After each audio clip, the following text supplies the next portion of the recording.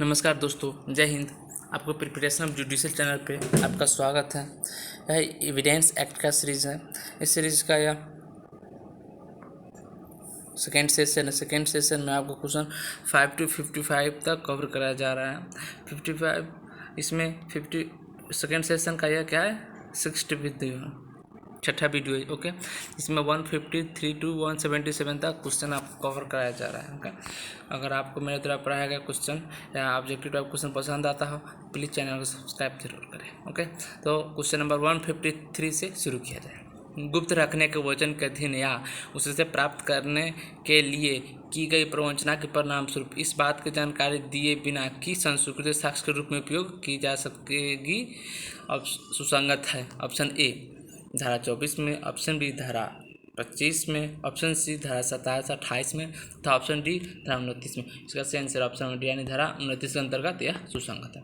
भारतीय साक्ष्य अधिनियम धारा 29 के अंतर्गत ऐसी प्रत्येक संस्वीकृति ग्राह्य है जो ऑप्शन ए गुप्त रखने के शर्त पर की गई हो, ऑप्शन बी जहां अभियुक्त नशे में हो, और तीसरा जहां अभियुक्त को संस्वीकृति में उसके अधिकार को न बताया गया। Okay, next question, question number 154।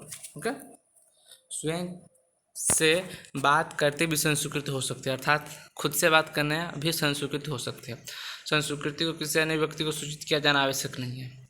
यह अभिनिर्धारित किस वाद में किया गया? ऑप्शन नंबर ए शंकरिया बनाम राजस्थान वाद, ऑप्शन नंबर बी बूटा सिंह बनाम पंजाब राज, ऑप्शन सी साहू बनाम उत्तर प्रदेश राज तथा ऑप्शन डी निशिकांत झा बनाम बिहार राज। इसका सही आंसर है ऑप्शन नंबर सी यानी साहू बनाम उत्तर प्रदेश राज्य के मामले में जो 1966 के सुप्रीम कोर्ट के केस है। इस बात में उच्चतम न्यायालय ने निर्धारित किया कि संस्वीकृति का प्रारूप कुछ भी हो सकता है और स्वयं से बात करते भी हो सकता है।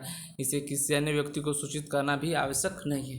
ओके, तो शंकरिया बनाम राजस्थान राज्य के बाद में इसके साक्षिक मूल्य को घोषित किया गया है। निशिकांत झा बनाम बिहार राज्य के मामले में संस्कृति की परिभाषा दी गई है। Okay, next question, question number 155 शुरू किया जाए। ओके,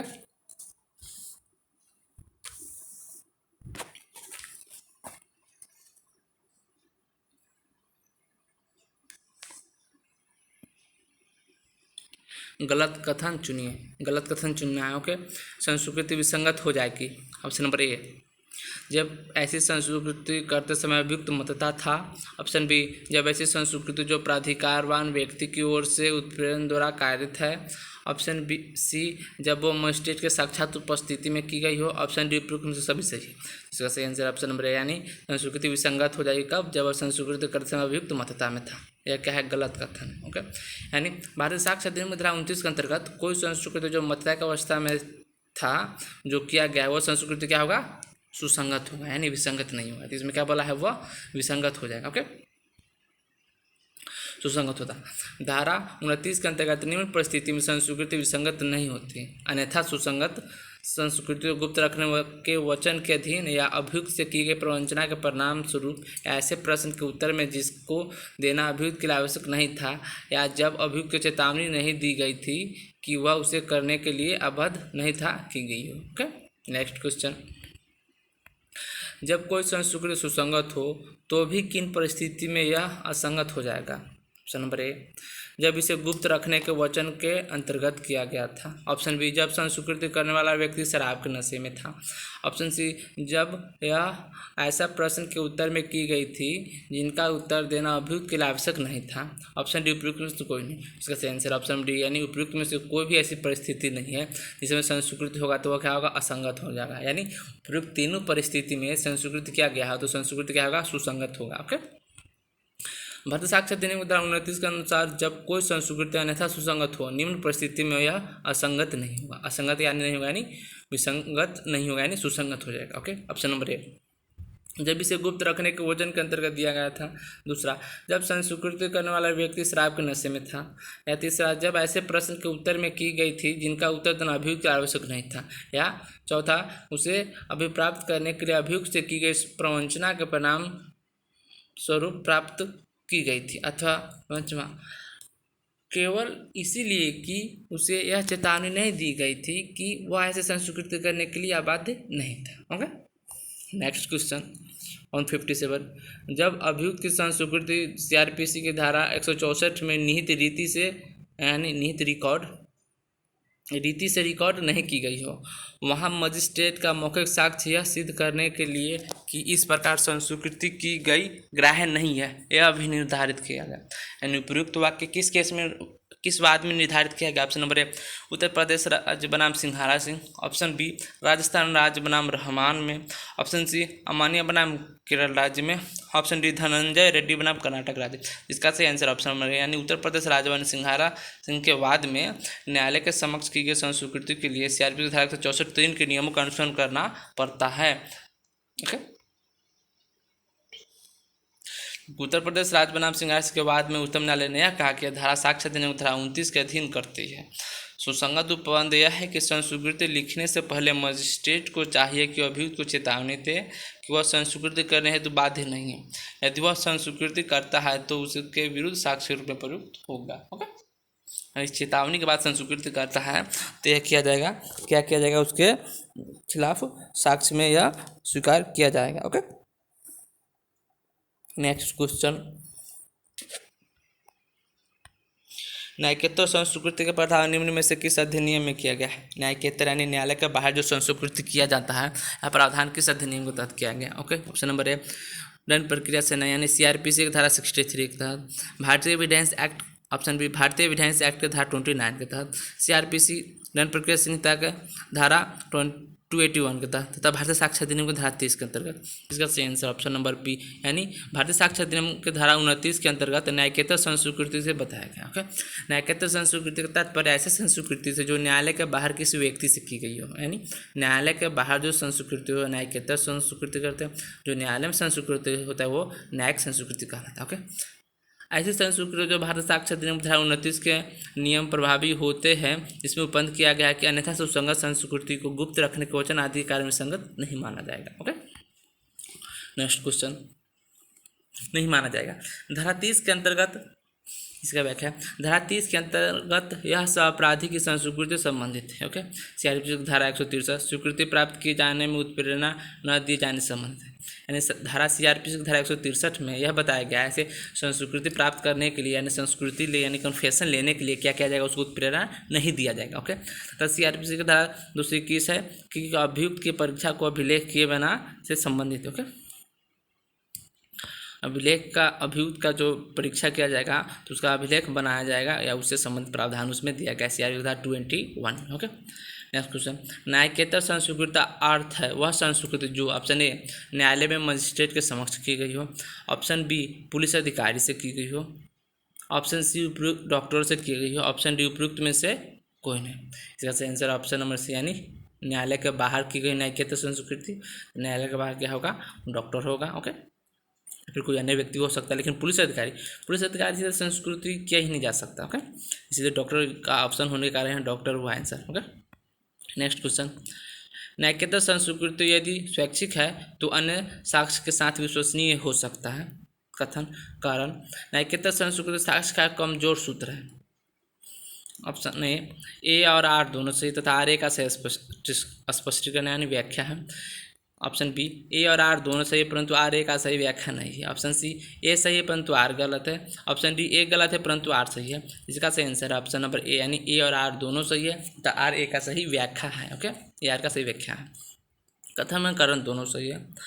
करण कथन के सही व्याख्या है इसीलिए क्योंकि न्यायिकेतर संस्वीकृति साक्ष्य का कमजोर सूत्र है। ओके, यदि यह स्वेच्छा है तो अन्य साक्ष्य के साथ विश्वसनीय हो सकती है।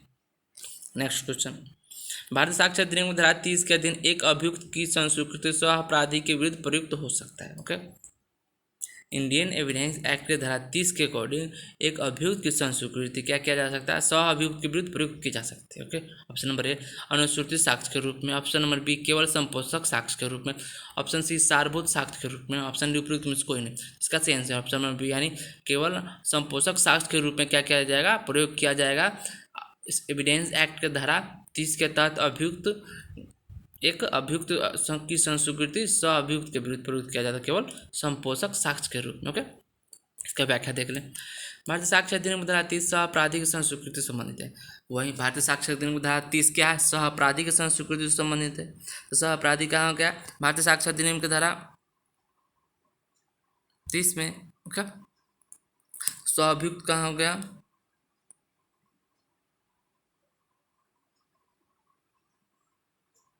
(133) इंडियन एविडेंस एक्ट में सह अपराधियों के। व्याख्या देख लेते हैं फिर से इसको। साक्ष्य विधि की धारा 30 सह अपराधी की संस्वीकृति से संबंधित है। इस धारा के अनुसार जब एक से अधिक व्यक्तियों का एक ही अपराध के लिए संयुक्त उच्चारण किया जाता है तथा उनमें से कोई एक सह अभियुक्त अपने दोष की संस्वीकृति कर, यानी जो जिसने अपराध किया है, जो अपराध किया है उस दूसरा क्या करता है? संस्वीकृति कर अपने अन्य साथियों के विरुद्ध साक्ष्य देता है तो साक्ष्य अधिनियम धारा 30 के अनुसार सह अभियुक्तों के विरुद्ध वह केवल संपोषक साक्ष्य के रूप में ही प्रयुक्त होगा, सारभूत साक्ष्य के रूप में नहीं। Okay, next question. एक अभियुक्त द्वारा की गई संस्वीकृति दूसरे सह अभियुक्त के विरुद्ध सुसंगत होगी। ओके, एक अभियुक्त द्वारा की गई संस्वीकृति दूसरे सह अभियुक्त के विरुद्ध सुसंगत होगी। किस धारा में? भारतीय साक्ष्य अधिनियम का धारा A 26, धारा B 27, धारा C 40, धारा D 30। इसका सही आंसर ऑप्शन नंबर 30, यानी भारतीय साक्ष्य अधिनियम की धारा 30 में बताया गया है। क्या बताएगा? सह अभियुक्त के खिलाफ की गई संस्वीकृति क्या होगी? सुसंगत होगी। ओके, तो सह अभियुक्त आपको कहाँ बताया गया है? भारतीय साक्ष्य अधिनियम की धारा 30 में, उससे संबंधित प्रावधान। जबकि सह अपराधी कहाँ बताया गया है? सह अपराधी प्रावधान भारतीय साक्ष्य अधिनियम की धारा 133 में सह अपराधी को बताया गया है। Okay, next question 163। भारतीय साक्ष्य अधिनियम के अंतर्गत एक अभियुक्त की संस्वीकृति सह अभियुक्त के विरुद्ध साक्ष्य में ग्राह्य है। ओके, ऑप्शन नंबर A यदि वे एक ही तथ्य के लिए संयुक्त रूप से विचारित हैं। ऑप्शन B यदि वे अलग अलग अपराध के लिए संयुक्त रूप से विचारित हैं। ऑप्शन C यदि वे एक ही अपराध के लिए विचारित है परंतु संयुक्त रूप से नहीं।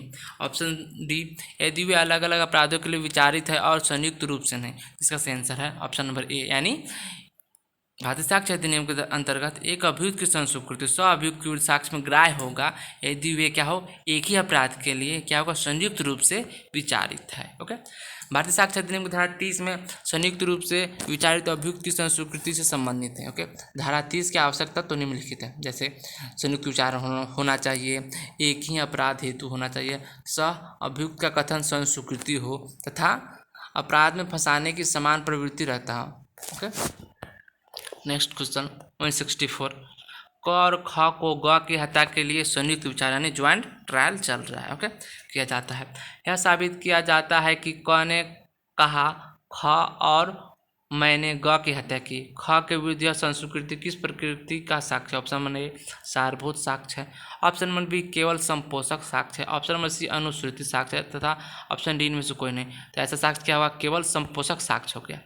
भारतीय साक्ष्य अधिनियम की धारा 30 क्या बताता है? सह अभियुक्त बताता है, जबकि सह अपराधी कहाँ बताता है? भारतीय साक्ष्य अधिनियम की धारा 133 में सह अपराधी बताता है। ओके, तो भारतीय साक्ष्य अधिनियम की धारा 30 सह अभियुक्त की संस्वीकृति के बारे में प्रदान करते हैं, परंतु धारा 30 सह अभियुक्त की संस्वीकृति के साक्षिक मूल्य के बारे में मौन है। यानी भारतीय साक्ष्य अधिनियम की धारा 30 में यह नहीं बताया गया है कि सह अभियुक्त द्वारा की गई संस्वीकृति का साक्षिक मूल्य क्या होगा। यह बात कश्मीरा सिंह बनाम मध्य प्रदेश राज्य के मामले में उच्चतम न्यायालय ने स्पष्ट किया कि सह अभियुक्त की संस्वीकृति सारभूत साक्ष्य नहीं है, इसका उपयोग केवल संपोषक साक्ष्य के रूप में किया जाएगा। ओके, यानी सह अभियुक्त का साक्षिक मूल्य कहाँ बताया गया? तो किसी भी धारा में नहीं बताया गया। किस केस में बताया गया? तो कश्मीरा सिंह बनाम मध्य प्रदेश राज्य 1952 सुप्रीम कोर्ट के बाद में बताया गया था। Okay, next question 165। क एवं ख का संयुक्त उच्चारण ग के हत्या के अपराध में किया गया। यह सिद्ध हुआ कि क ने यह संस्वीकृति की कि मैंने तथा ख ने ग की हत्या की। क के यह संस्वीकृति ऑप्शन नंबर A पूर्णतः असंगत है। ऑप्शन नंबर B न्यायालय संस्वीकृति ख के विरुद्ध विचार में ले सकता है यानी में। ओके, ऑप्शन C यह संस्वीकृति केवल क के विरुद्ध ही विचार में ली जा सकती है, यहाँ भी में हो गया। ऑप्शन D ख के विरुद्ध साक्ष्य में केवल उस स्थिति में ग्राह्य है जबकि उसे मजिस्ट्रेट के साक्षात उपस्थिति में किया गया। 165 का सही आंसर ऑप्शन नंबर B, यानी न्यायालय इस संस्वीकृति ख के विरुद्ध विचार में ले सकता है।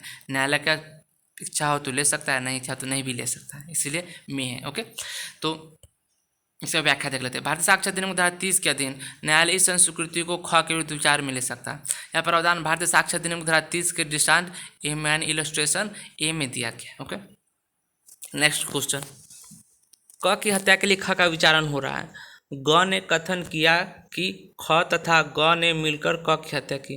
न्यायालय में ख ने कथन किया कि ख तथा ग से मिलकर क की हत्या की।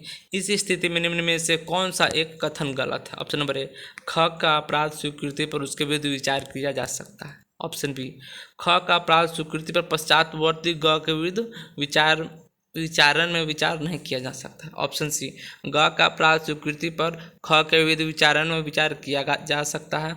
ऑप्शन डी, ग का अपराध स्वीकृति ग के विरुद्ध विचारण में विचार की जा सकती है। 166 का सही आंसर ऑप्शन नंबर सी, यानी ग की उपस्थिति स्वीकृति पर ख के विरुद्ध विचारण में विचार किया जा सकता है। यह प्रावधान भारतीय साक्ष्य अधिनियम की धारा 30 के इलस्ट्रेशन बी से संबंधित है। ओके, इसका व्याख्या देख लें। भारतीय साक्ष्य अधिनियम 30 को बंधों के अनुसार ग का अपराध स्वीकृति पर ख के विचारण में विचार नहीं किया जा सकता, क्योंकि ग और ख का संयुक्त विचार नहीं हो सक रहा है ना। इसका अगर ज्वाइंट ट्रायल हुआ रहता तभी ना हो सकता था, लेकिन इसका तो ज्वाइंट ट्रायल हुआ नहीं। ओके,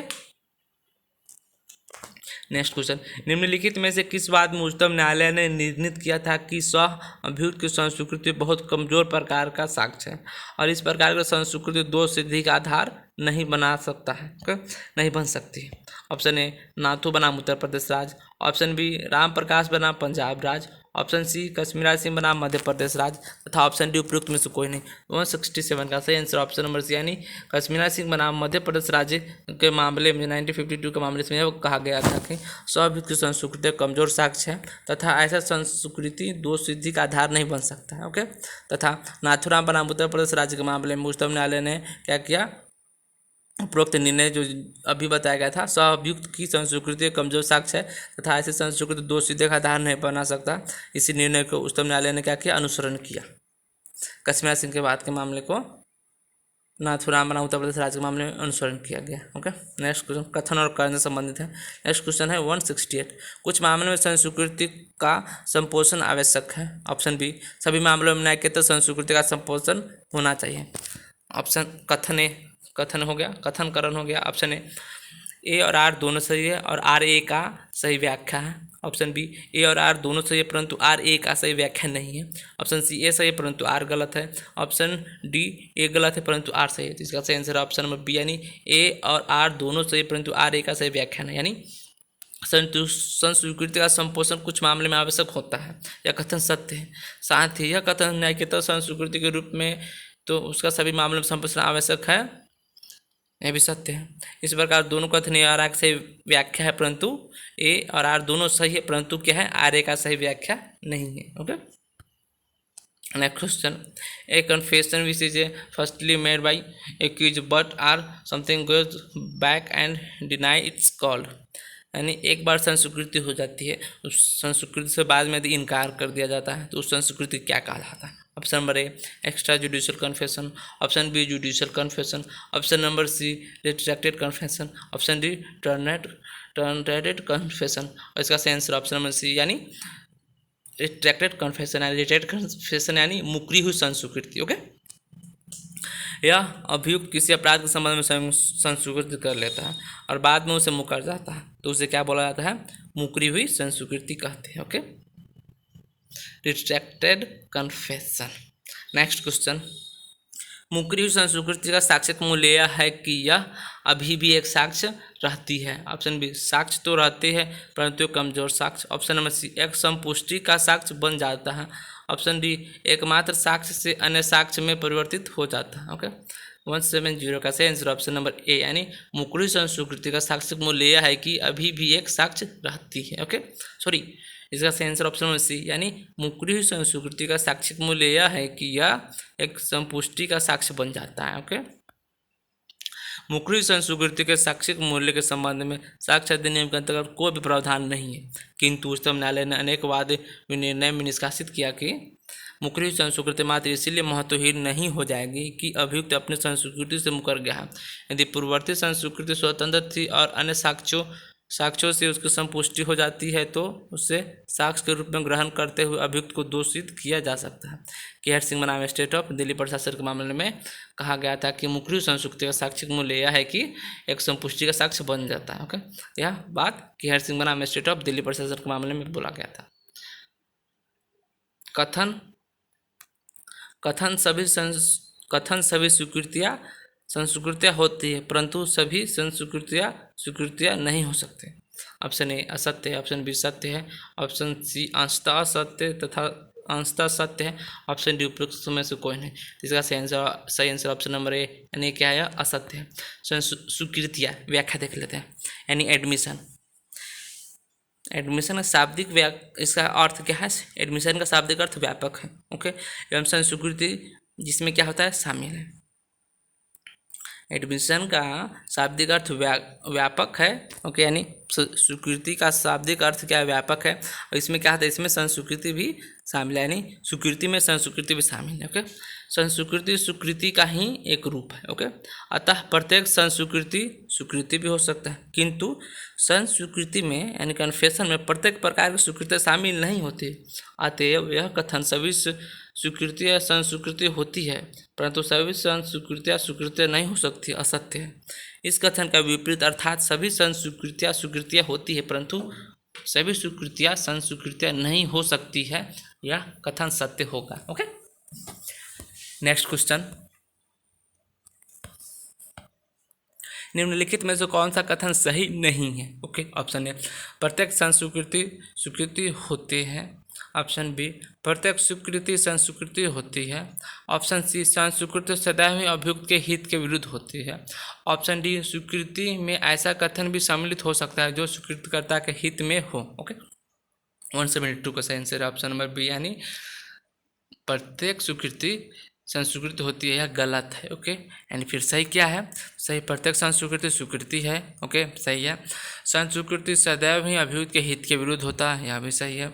स्वीकृति में ऐसा कथन भी शामिल हो सकता है जो स्वीकृतिकर्ता के हित में हो। Okay, next question 173, under the provision of Indian Evidence Act, option number A admission and confession have the same meaning, option B admission and confession have the different meaning, option C admission are a matter in a civil trial and option D confession are a matter in a civil trial. इसका सही answer option number B, यानी admission और संस्कृति का क्या है, अलग अलग मीनिंग होता है, अलग अलग अर्थ होता है। ओके, व्याख्या देख लेते हैं। स्वीकृति व मौखिक दस्तावेज या इलेक्ट्रॉनिक रूप में अंतर्विष्ट कथन है जो किसी विवादित तथ्य या सुसंगत तथ्य के बारे में कोई अनुमान इंगित करता है।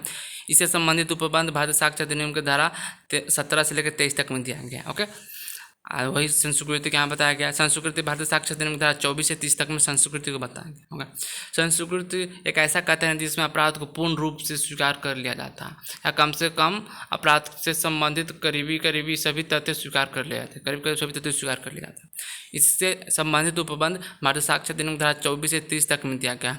यदि भी संस्कृति को अधिनियम में पृथक रूप से परिभाषित नहीं किया गया है, परंतु स्वीकृति को क्या किया गया, भारतीय साक्ष्य अधिनियम की धारा 17 में परिभाषित किया गया, जबकि संस्कृति को किसी भी धारा में परिभाषित नहीं किया गया। ओके, नेक्स्ट क्वेश्चन, स्वीकृति और संस्कृति वोट को मिलाना है 1 2 3 कौन सही है कौन गलत है, तो देखते हैं। संस्कृति और स्वीकृति के बारे में बताता हूँ। ऑप्शन नंबर ए अनुसूचित साक्ष्य के अपवाद है, ऑप्शन दूसरा अनुसूचित साक्ष्य के भाग है, तीसरा सुसंगत साक्ष्य है, चौथा सबूत पर साक्ष्य में सम्मिलित किए जाते हैं। ऑप्शन है 1 2 और 4 सही है, ऑप्शन बी 1 2 और 4 1 3 और 4 सही है, तो ऑप्शन सी 1 2 सही है तथा ऑप्शन डी केवल 2 सही है। यानी स्वीकृति और संस्कृति के बारे में, यानी अनुसूचित साक्ष्य का अपवाद है स्वीकृतियाँ, पहला अनुसूचित साक्ष्य का भाग है, सुसंगत साक्ष्य है, सबूत साक्ष्य में सम्मिलित होता है। ओके, इसका सही आंसर ऑप्शन नंबर बी, यानी 1 3 और 4 सही है, जबकि 2 क्या है गलत है। यानी अनुश्रुति साक्ष्य के भाग यानी क्या है, स्वीकृति और संस्कृति क्या है, अनुश्रुति साक्ष्य का भाग नहीं है, या क्या है अपितु अनुसूचित साक्ष्य का अपवाद है, तथा सुसंगत साक्ष्य स्वीकृतियाँ एडमिशन एंड कन्फेशन, तथा या क्या करता है सबूत पर साक्ष्य में सम्मिलित किया जाता है, एडमिशन एंड कन्फेशन। ओके, स्वीकृति एवं संस्कृति क्या होता है, अनुसूचित साक्ष्य का अपवाद है, तथा सुसंगत साक्ष्य तथा सबूत पर क्या करता है, साक्ष्य में सम्मिलित किया जाता है, जबकि स्वीकृतियाँ एवं संस्वीकृतियाँ के विषय में यह सत्य नहीं है कि अनुचित साक्ष्य के भाग अनुश्रित यानी सुनी सुनाई साक्ष्य के भाग आया उसका भाग नहीं है। Okay 175 next question. अ और ब को स की हत्या के लिए संयुक्त विचारण किया जाता है, यानी ज्वाइंट ट्रायल होता है उस अ और ब का। ओके स की हत्या के लिए अभिकथित रूप से एक षड्यंत्र के अनुसरण में की गई हत्या के दीर्घकाल पश्चात अभिलिखित ब की संस्वीकृति साक्ष्य में ग्राह्य नहीं है। ऑप्शन बी धारा 10 के अंतर्गत साक्ष्य में ग्राह्य है।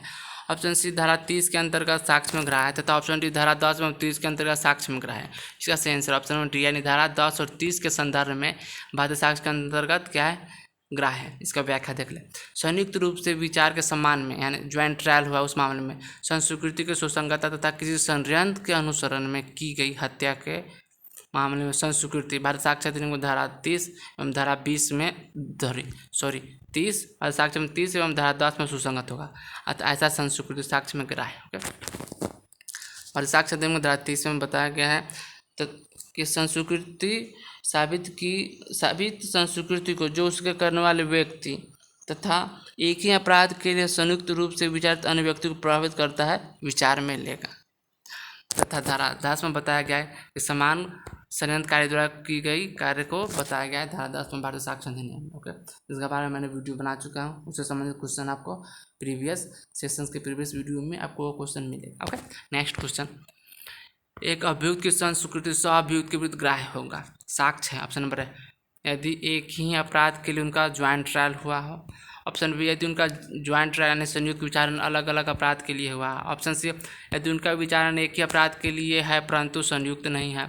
ऑप्शन डी यदि उनका विचारण अलग अलग अपराधों के लिए है और संयुक्त नहीं है।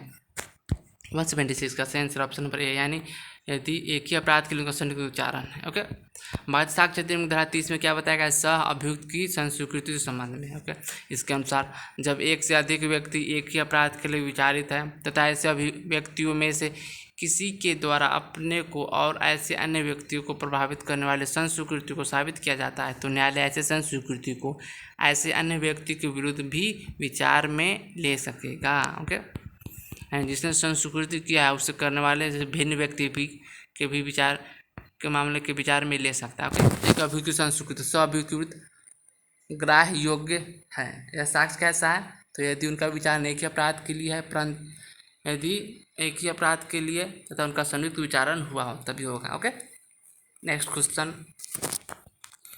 संस्वीकृति यानी एडमिशन ऑप्शन ए निश्चायक सबूत होता है। ऑप्शन बी विबंध के रूप में परिवर्तित हो सकती है। ऑप्शन सी हमेशा असंगत हो सकता है। ऑप्शन डी उपरोक्त में से कोई नहीं। 177 का सही आंसर ऑप्शन नंबर बी यानी संस्वीकृति यानी स्वीकृति क्या होता है, विबंध के रूप में परिवर्तित होते हैं। भारतीय साक्ष्य अधिनियम धारा 31 में बताया गया कि स्वीकृति निश्चायक सबूत नहीं उत्पन्न करते अपितु क्या करता है, विबंध उत्पन्न करता है। ओके विबंध से संबंधित प्रावधान भारतीय साक्ष्य अधिनियम धारा 115 से स्टार्ट होता है। ओके भारतीय साक्ष्य अधिनियम धारा 31 के अनुसार स्वीकृति निश्चायक सबूत नहीं है किंतु विबंध कर सकती है अर्थात विबंध के रूप में परिवर्तित हो सकती है। Okay may operate as a stopper. Thanks for watching. Thank you.